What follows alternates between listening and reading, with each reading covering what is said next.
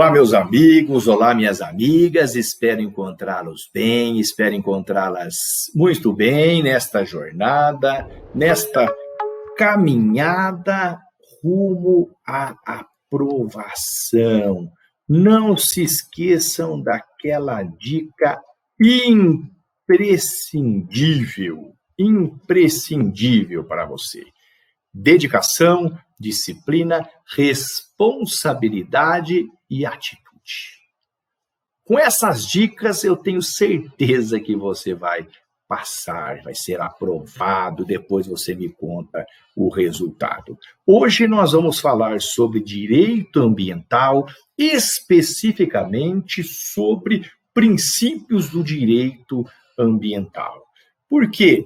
Porque os princípios, eles são as pedras basilares do sistema político jurídico. E vejam, aí a razão pela qual é um dos temas mais pedidos nos concursos. Os princípios, eles são adotados como um fruto de uma necessidade, fruto da necessidade de uma ecologia equilibrada e indicativos do caminho adequado para a proteção ambiental, de acordo com a realidade social e com os valores constitucionais. A Constituição Federal, ela elegeu o meio ambiente equilibrado como um direito fundamental. E trouxe vários princípios. E nestes princípios constitucionais, ou melhor, estes princípios constitucionais, eles irradiam os seus efeitos por todo o texto constitucional e por toda a ordem jurídica, que encontra, inclusive, o seu fundamento, a sua base, no próprio texto constitucional.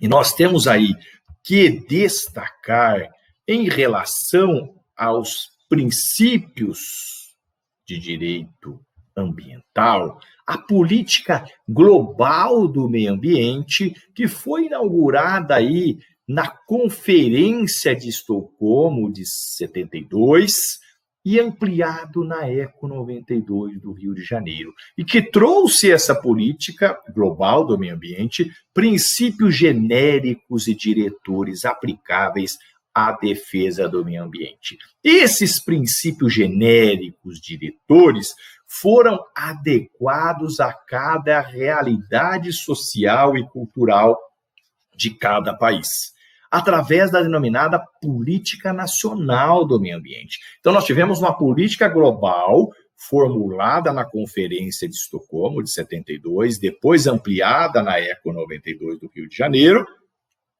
e, fruto dessa política global, nós tivemos uma Política Nacional do Meio Ambiente em cada país. Cada país adequou esses princípios gerais, diretores, à sua realidade cultural, à sua realidade social, o que não foi diferente no Brasil, na Constituição de 88, especificamente, inicialmente, no artigo 225 da Constituição Federal de 1988. E o primeiro princípio que nós já vamos diretamente abordar é o princípio do desenvolvimento sustentável.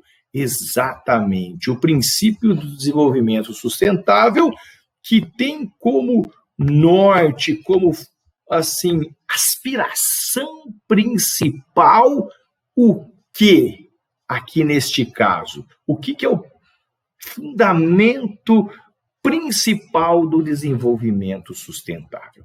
Ele estabelece a compatibilização da atividade econômica com a proteção do meio ambiente. Exatamente isso. O princípio do desenvolvimento sustentável estabelece a necessidade de uma plena harmonização entre o crescimento econômico, a preservação ambiental e a equidade social. O princípio do desenvolvimento sustentável encontra seu fundamento jurídico na Constituição Federal, no artigo 225 da Constituição Federal e no artigo 170, inciso 6º da Constituição Federal. Inclusive, o 170, inciso 6º, importantíssimo, porque limita, submete a ordem econômica, a livre iniciativa ao quê?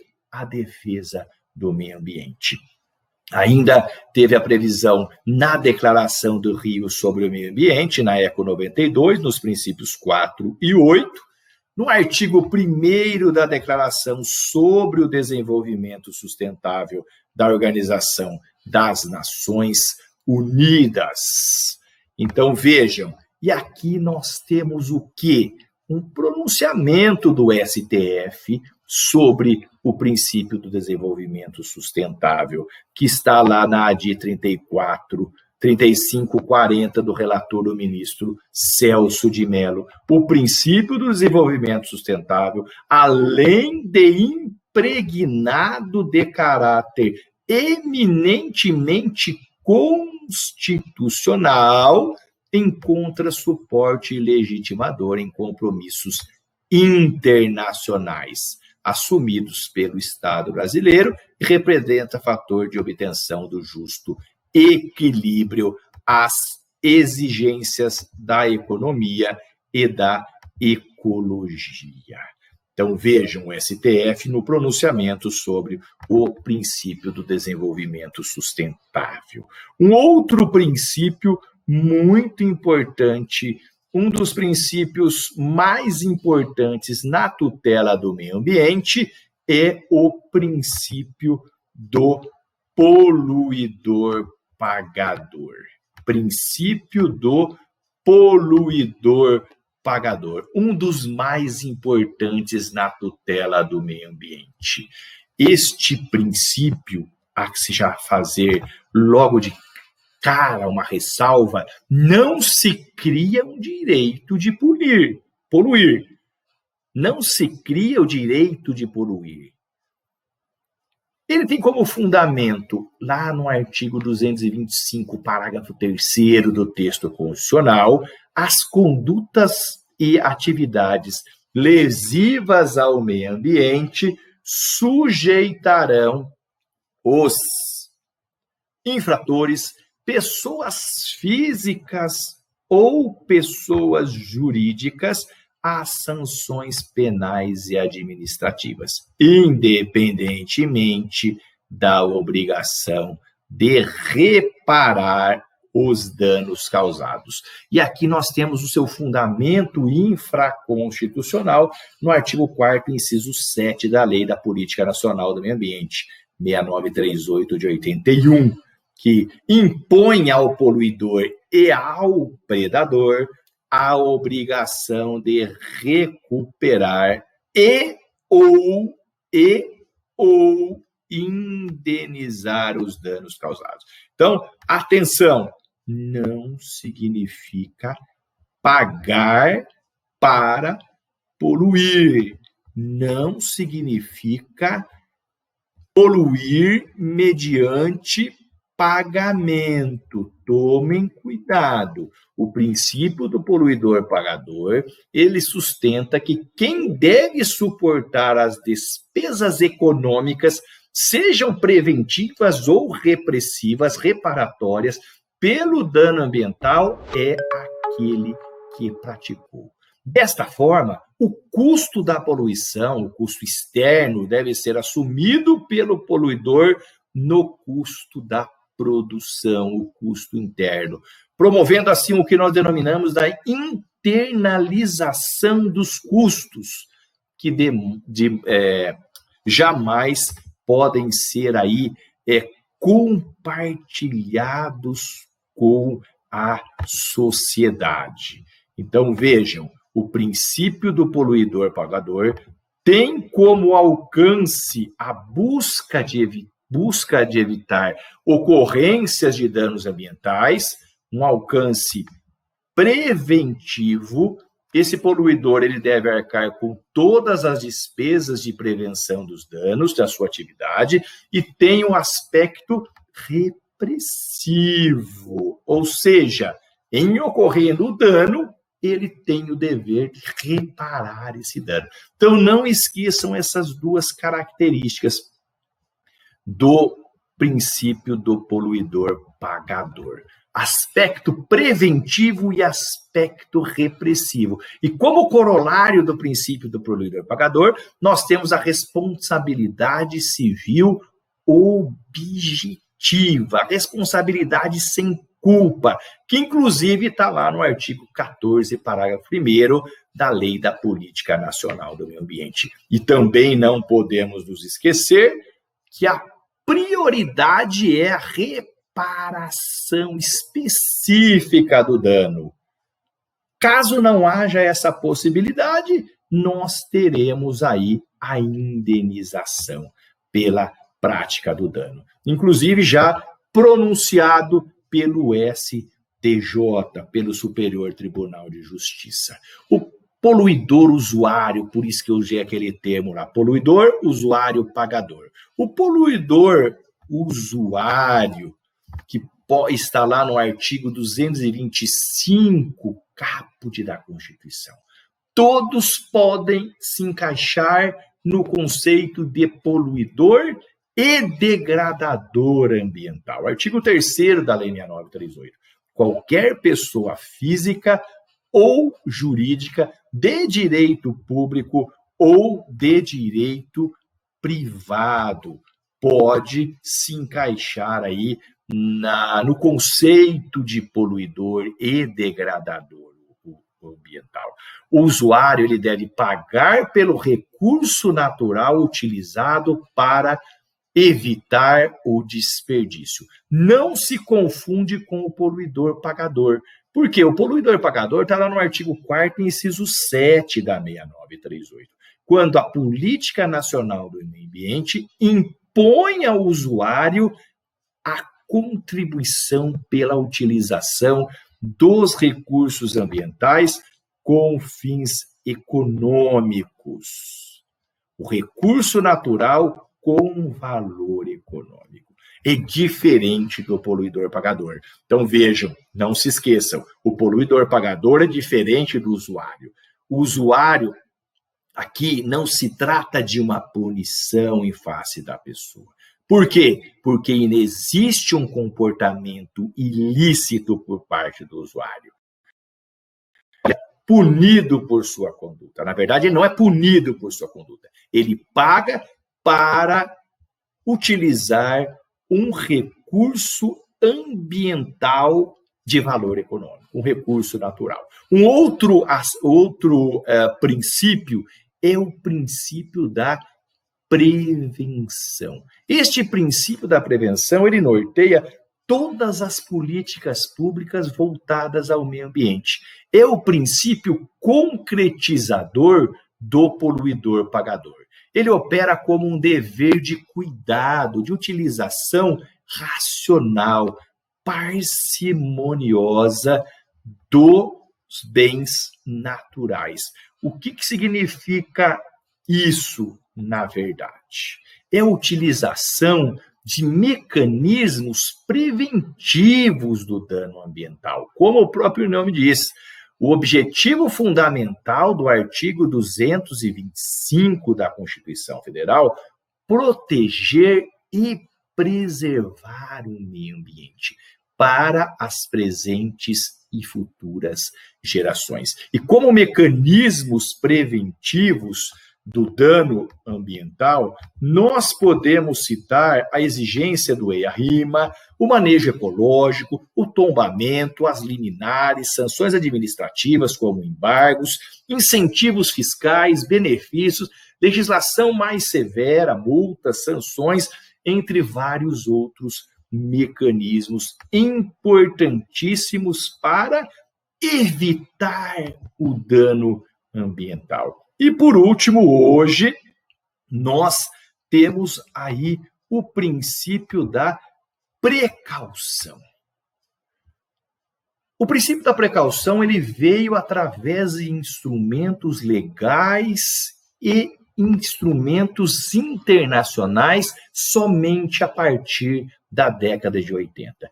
Tem como objetivo principal o desenvolvimento, a orientação melhor do desenvolvimento, a aplicação de desenvolvimento do direito ambiental nos casos de incerteza científica. Ou seja, resumindo de uma forma mais simples, nos casos de incerteza científica, de dúvida científica, impõe-se a escolha da melhor opção em prol do meio ambiente. Está lá no artigo 15 da Declaração do Rio de 1992.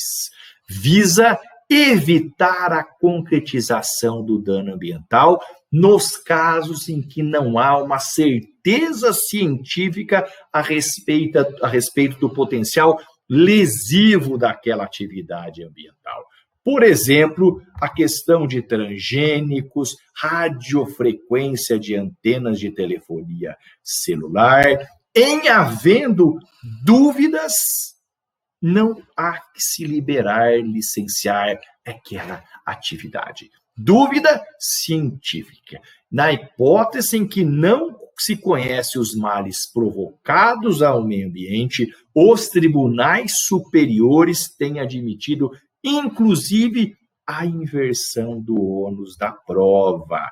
Isso é muito importante, com base no princípio da precaução, atribuindo ao explorador da atividade demonstrar que a sua atividade não causará o dano ambiental. Inclusive, nas palavras da ministra Eliana Calmon, do STJ, justifica-se a inversão do ônus da prova para o empreendedor da atividade potencialmente perigosa, o ônus de demonstrar a segurança do empreendimento a partir da interpretação do artigo 6º, inciso 8, da Lei 8.078 de 90, o Código de Defesa do Consumidor, combinado com o artigo 21 da 7347, a Lei da Ação Civil Pública, conjugado ao princípio ambiental da precaução. RESP 972 de 92. Na dúvida, deve-se optar pela solução mais protetiva à saúde do ser humano e que promova, na maior medida possível, a proteção ambiental. Na dúvida, em dúbio, pro natura, princípio basilar, essencial da precaução. Em dúbio, pro natura. E a diferença entre prevenção e precaução?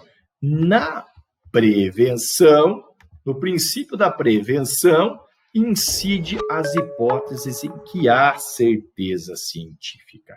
E no princípio da precaução, casos de incerteza sobre as consequências ambientais de uma atividade potencialmente prejudicial ao meio ambiente. Um grande abraço para vocês. No próximo bloco, nós continuaremos com os princípios de direito ambiental. Até o nosso próximo encontro. Olá, meus amigos, olá, minhas amigas, espero encontrá-los bem, espero encontrá-las muito bem nesta jornada, nesta caminhada rumo à aprovação. E nesta caminhada, nesta jornada, não se esqueça: disciplina, dedicação, responsabilidade e, acima de tudo, atitude, muita atitude. Hoje continuaremos falando sobre direito ambiental. E neste bloco, dando continuidade ao bloco anterior, sobre princípios de direito ambiental. Isso mesmo, a pedra angular do direito ambiental, que são os princípios. No último bloco, nós terminamos falando sobre o princípio da prevenção e o princípio da precaução. Exatamente isso, prevenção e precaução. E hoje nós falaremos, inicialmente, sobre o princípio democrático ou princípio da participação popular. Aqui nós destacamos dois elementos essenciais: a informação e a educação ambiental, como corolário, como consequência do princípio da participação popular. São mecanismos de atuação, mecanismos que atuam numa relação de complementariedade. A informação e a educação ambiental. Estão lá no artigo 225, parágrafo 1º, inciso 6º da Constituição Federal. Para assegurar a efetividade desse direito, qual direito que está lá no caput? Direito ao meio ambiente ecologicamente equilibrado. Incumbe ao poder público promover a educação ambiental em todos os seus níveis de ensino e a conscientização pública para a preservação do meio ambiente. E aí nós encontramos como mecanismo de atuação os dois, a informação e a educação, atuando em complementariedade. A necessidade de transparência, de conscientização pública da sociedade sobre a preservação do meio ambiente. Um outro princípio muito importante, um princípio que teve um destaque grande na discussão sobre o novo Código Florestal, a Lei 12.651 de 2012, foi o princípio da proibição do retrocesso. Este princípio que tem sido muito discutido e apresentado, e novamente eu enfatizo, foi um princípio que embasou as discussões sobre a inconstitucionalidade ou não de dispositivos da Lei 12.651 de 2012, do novo Código Florestal. Este princípio aí do retrocesso ambiental, ele traz para nós que as garantias de proteção ambiental, de uma forma genérica, uma vez conquistadas e sedimentadas no arcabouço jurídico normativo de um país, não podem mais sofrer redução para níveis de proteção inferiores aos já consagrados na legislação. Ou seja, o objetivo é impedir a diminuição do nível de proteção normativa ambiental, material ou formal, aquém do mínimo existencial ecológico. Qual que é o mínimo existencial ecológico? A qualidade ambiental indispensável à vida com dignidade das gerações presentes e das gerações futuras. Então, tem como objetivo impedir que haja o quê?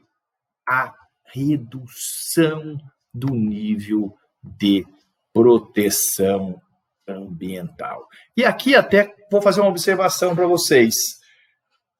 Pode-se sustentar o princípio do mínimo existencial ecológico, que aqui nós colocamos, um mínimo existencial, aquém de um mínimo existencial ecológico. Nós podemos sustentar aí o princípio do mínimo existencial ecológico, e aqui a doutrina é unânime em reconhecer um meio ambiente saudável, como nós já dissemos, como um direito fundamental, expressamente reconhecido no nosso ordenamento jurídico constitucional. Em decorrência disso, como corolário desse reconhecimento de um meio ambiente saudável como direito fundamental, há quem sustente, há uma corrente doutrinária forte, a necessidade de se observar o quê? Um mínimo existencial ecológico, que conjuga condições mínimas de preservação dos recursos naturais para a sobrevivência de todas as espécies vivas no planeta. Nesse sentido, pode-se afirmar que a própria dignidade da pessoa humana está diretamente vinculada à qualidade ambiental, o que representaria uma dimensão ecológica da dignidade da pessoa humana, tendo como fundamento o Estado social democrático de direito. Dessa forma, há, sim, vozes autorizadas que reconhecem, além de um mínimo existencial ecológico, o princípio do mínimo existencial ecológico. E no princípio da proibição do retrocesso, ele tem como base o mínimo existencial, a garantia dos processos ecológicos essenciais, a hiperproteção dos ecossistemas frágeis ou à beira do colapso e a preservação absoluta das espécies ameaçadas de extinção. Então, estas são aí as bases e o conteúdo do princípio da proibição do retrocesso ambiental. Temos aí no amparo constitucional o artigo 1º, inciso 3 da Constituição Federal, artigo 4º, inciso 9 da Constituição Federal, artigo 60, parágrafo 6º, parágrafo 4º, inciso 4, o próprio artigo 225, caput, parágrafo 1º, incisos 1, 2 e 7º, além do amparo infraconstitucional, tratados internacionais dos quais o Brasil se filiou, como o Pacto Internacional de Direitos Econômicos e Sociais, a Convenção Interamericana de Direitos Humanos, e também na própria Lei Nacional de Política Nacional do Meio Ambiente, no artigo 2º, caput, objetivo de preservação, melhoria e recuperação da qualidade ambiental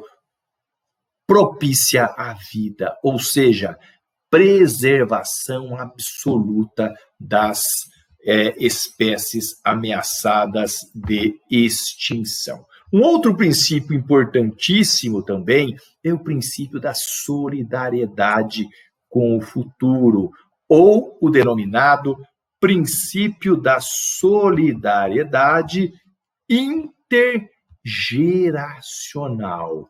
Princípio da solidariedade intergeracional, entre as gerações, ou equidade intergeracional. Ele traz esse princípio que o Estado e a coletividade em geral, devem preservar o meio ambiente, levando em consideração as gerações presentes e as gerações futuras. Ou seja, devemos desempenhar esforços ou empenhar esforços, os maiores esforços possíveis para preservação do meio ambiente às futuras gerações. As preocupações com o meio ambiente têm como finalidade a reparação dos danos ambientais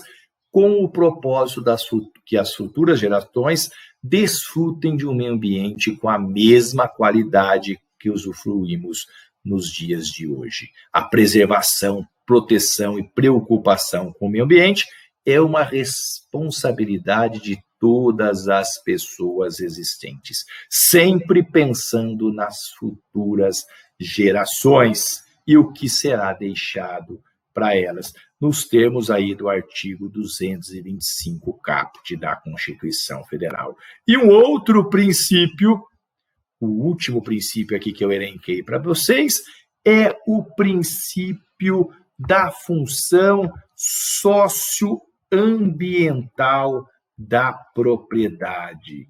Isso, princípio da função socioambiental da propriedade.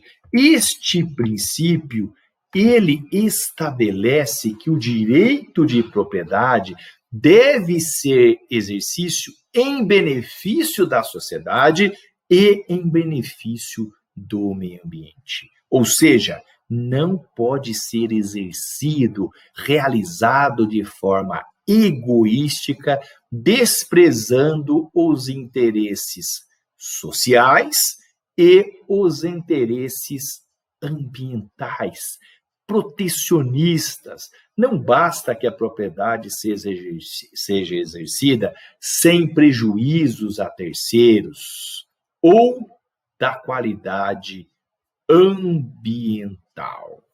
Então, vejam, este é o princípio da função socioambiental da propriedade.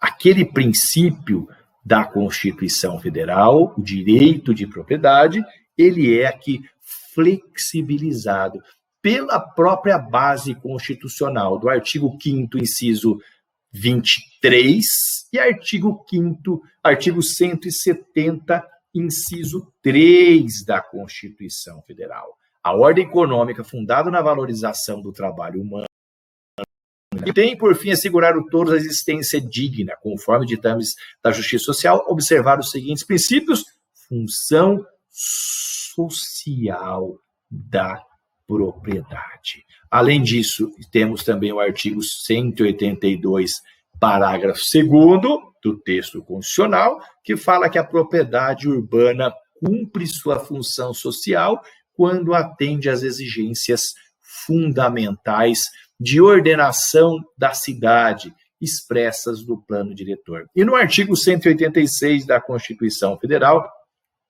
que fala que a função social da propriedade é cumprida quando a propriedade rural atende simultaneamente aos seguintes critérios: utilização adequada dos recursos naturais disponíveis e preservação do meio ambiente.